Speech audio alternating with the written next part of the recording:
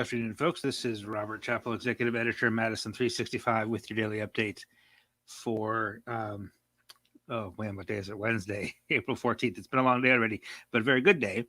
Today was the first day of our first ever Men's Leadership Summit.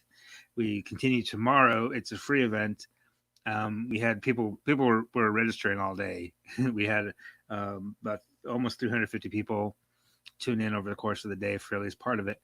And we had panel discussions on fatherhood, on nonprofit leadership, on entrepreneurship, on tokenism, on being the only person of color in an all-white workplace. A lot of really real, authentic conversations that you don't see anywhere else. So we start tomorrow at 8 a.m. with a panel on political leadership.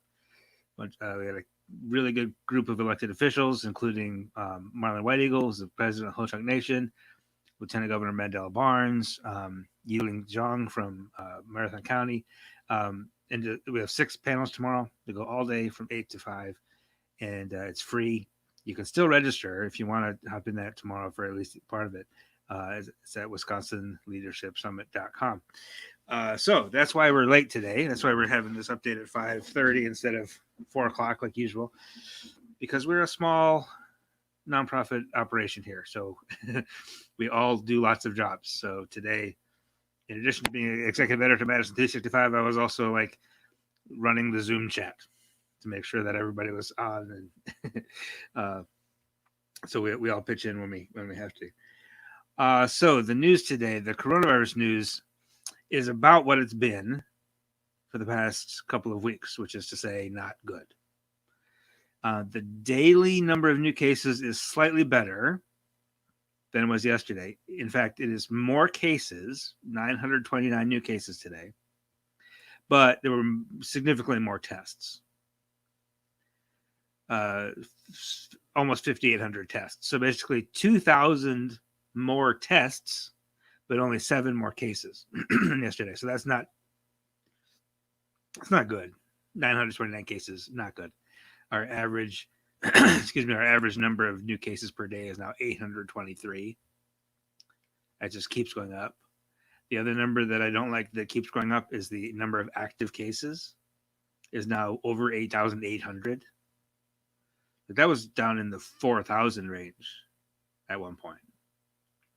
That's one of those numbers I'd like to see that go away, go down and dwindle until it's virtually zero. But it's over 8,800 active cases right now. That is 1.5% of all cases that we've ever had are currently active. The other number I don't like is 3.8, which is the 7-day average of test positive rate. In the past 7 days, 3.8% of all tests have been positive. You really need that to be below 3.0. And it's been 3.8. It's been kind of hovering between 3.7, 3.8 for going on 10 days. So it's not getting worse, I guess. It's not up over 4 or 5, but it's not getting better either. So I don't really like to see that. And I think, vaccines are going well. And the weather's nice, and we've just been doing this for over a year now. And I think we're kind of letting our guard down a little bit. So stay vigilant, keep your masks on, keep your distance, keep doing what you were doing. You don't have to run to the grocery store for one little thing all the time, right? You don't have to go to that birthday party. You don't have to go to that, gathering, whatever. Speaking of vaccines, though, we are... There's still, well over 55,000 vaccine doses given per day, which I like because that is accelerating. It's not just that we've been at that number and that's the number. Only a couple months ago, we were doing 5,000 shots a day, and then 20,000 shots a day, and then 45,000 shots a day, and now 55,000 shots a day. If that continues, if we keep pushing this and ramping this up, and we keep the supply coming, we keep the demand high, we keep, communicating well, we keep helping people get appointments, we'll be doing 75, 80,000 shots a day pretty soon. And we'll get this thing done. which that's what it's going to take, honestly. We are now at, I'm just going to look up this number for sure because I'm sure it's higher than what I see on my spreadsheet. Yep, we're past 25% fully vaccinated. 25.2%. That's pushing 1.5 million people. 1.46 million people right now have been fully vaccinated. That's just slightly more than 1 out of 4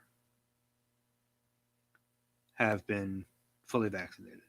We have to get that to 80%, which we should be able to do by July. We will have enough supply of vaccine to do that by July. We got to get it into the most difficult and vulnerable populations and communities. We have to overcome some barriers to access. We have to get people interested in doing it.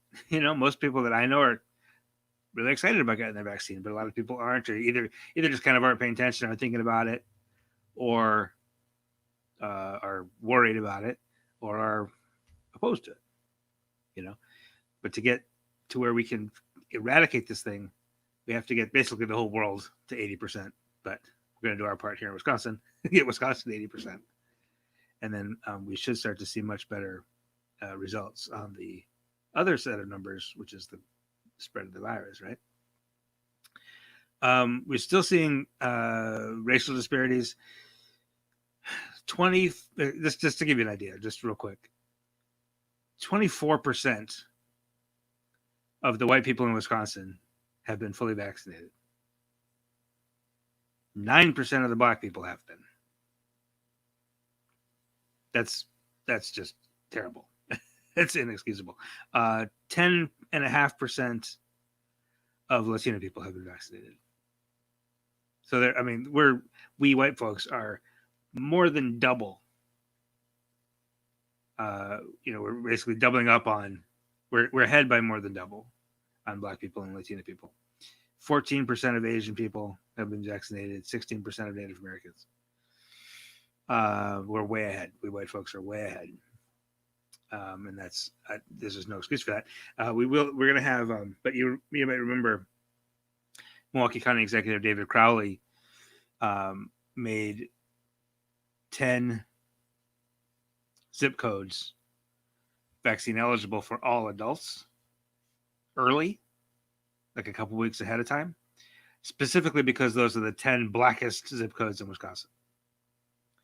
And I do not yet know the results of that and if that actually helps or not. So he has graciously agreed to come on the show tomorrow. So I'm going to talk with him and find out how that went, as well as, let's be honest, Milwaukee County is where a lot of the people of color in this state are concentrated. So what he has to say about their efforts there is going to tell us a lot about what's going to happen, what's going to come next. And I'm really excited to have that conversation with them and find out how they're doing over there in Milwaukee County, trying to get this ramped up. So it is late, so we're going to keep this a little bit short today. So that's all the coronavirus news. Stick with us. I'm going to hear one word from our sponsor, and then we'll have some local news as well as a big update from Brooklyn Center, Minnesota. Stick with us. We're back right after this. Here in the Midwest, community is important. Having a healthcare system that's looking out for us, that's actively addressing the racial disparities in healthcare is important. When we can get good quality care, we can do more. We can achieve more. We can be the kind of community we want to be, and that's really important. UW Health. Remarkable medicine. Remarkable care. Okay, we are back, and as I said, it's getting late, so we'll get through this local news pretty quick here. This is Suhi Behar. She is a vice president at Park Bank. She was one of our most influential Latinos last year, and she's also the author and curator of a blog called Five Senses Palette. She's a foodie person and a cook, and she is going to be hosting a virtual cooking class on Friday. Now, this is a Madison College student project. Okay, this is a project management class project. Right, so like these Madison College students are taking this class in project management, and the project that they're managing is this event, and it is a cooking class, and you buy the ingredients yourself, and you pay to be part of this class, and then that money it will benefit Centro Hispano's Becas scholarship program. Okay, so you learn to make some wonderful Latino cuisine, which is I'm going to see if I can. I don't remember what the menu is, but it's here somewhere. Empanadas is on the menu. Sorry, let me find it.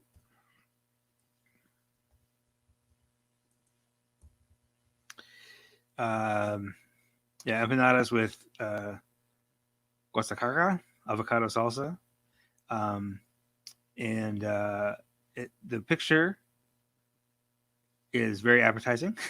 If you go to Madison365.org, you can read a preview of this event and see what it is you're going to make. But it's like I said, it's this Friday. So if you want to get in on it, you'll have to register pretty soon. So go to Madison365.org and find the story. But it should be a very cool event and a good cause for that scholarship program at Centro Hispano. UW Health today also announced that they're putting another $1 million a year into anti-racism programs. They have not yet announced a lot of specifics, but it sounds to me like they're going to be investing in a lot of nonprofits that do explicitly anti-racism work, right? Equity, inclusion, anti-racism. I know the vice president there, Shiva Bidar, is very big on unrestricted giving. So I would not be surprised if a lot of that $1 million basically has no strings attached, and they're just going to write checks to organizations that do that work. So it'll be interesting to see as they make more announcements about that commitment.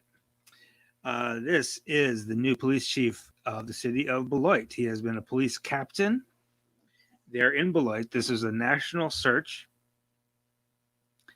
for a new police chief, and the Police and Fire Commission identified 2 internal candidates as the finalists, and Captain Andre Sales was given the job, and he has been with the department for 16 years. He currently oversees the department's patrol division, tactical operations unit, crisis negotiations unit, community service officers, and community outreach officers. So he's got that management experience in the police department, and he will take over later this spring. He will be sworn in as the new police chief in the city of Beloit. In Minnesota, more protests last night. It sounds like there will not be as much protest tonight. At least it's not formally planned. There are more actions planned Thursday, Friday, and Sunday. The big development today was that, as you heard yesterday, the officer who shot and killed Daunte Wright, her name is Kim Potter. She has been a 26-year veteran of the police force, and she resigned yesterday and was arrested today. Washington County prosecutors have charged her with second-degree manslaughter, which is a charge that implies lack of intent, right? You kill somebody through your negligence, not through your intention. So that's the charge, and it is carries a sentence of up to 10 years in prison and a $20,000 fine. She is, as far as I know, is still in custody at this moment. She was arrested earlier today. I have not seen any report that she's been out on bond or anything. So I would think she'll have a court appearance probably tomorrow. And we'll keep you up to date on that story as well.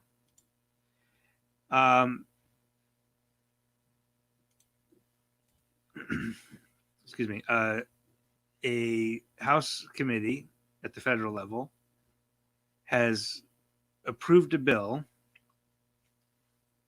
that would make Washington, D.C. the 51st state. This is the House Oversight and Reform Committee. Voted today 25 to 19 to offer statehood to the city, to the district, which has a population of 700,000, which is higher than several states, who do not currently have actual representation in Congress.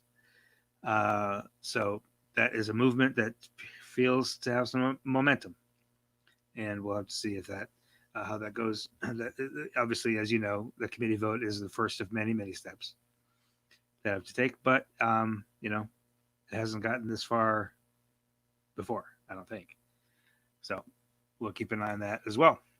That is the news for today. Again, tomorrow on the program, it'll be late again because we'll still have the summit, but we will have David Crowley, former legislator and current county executive of Milwaukee County, on the show to give us an update on vaccinations in his neck of the woods.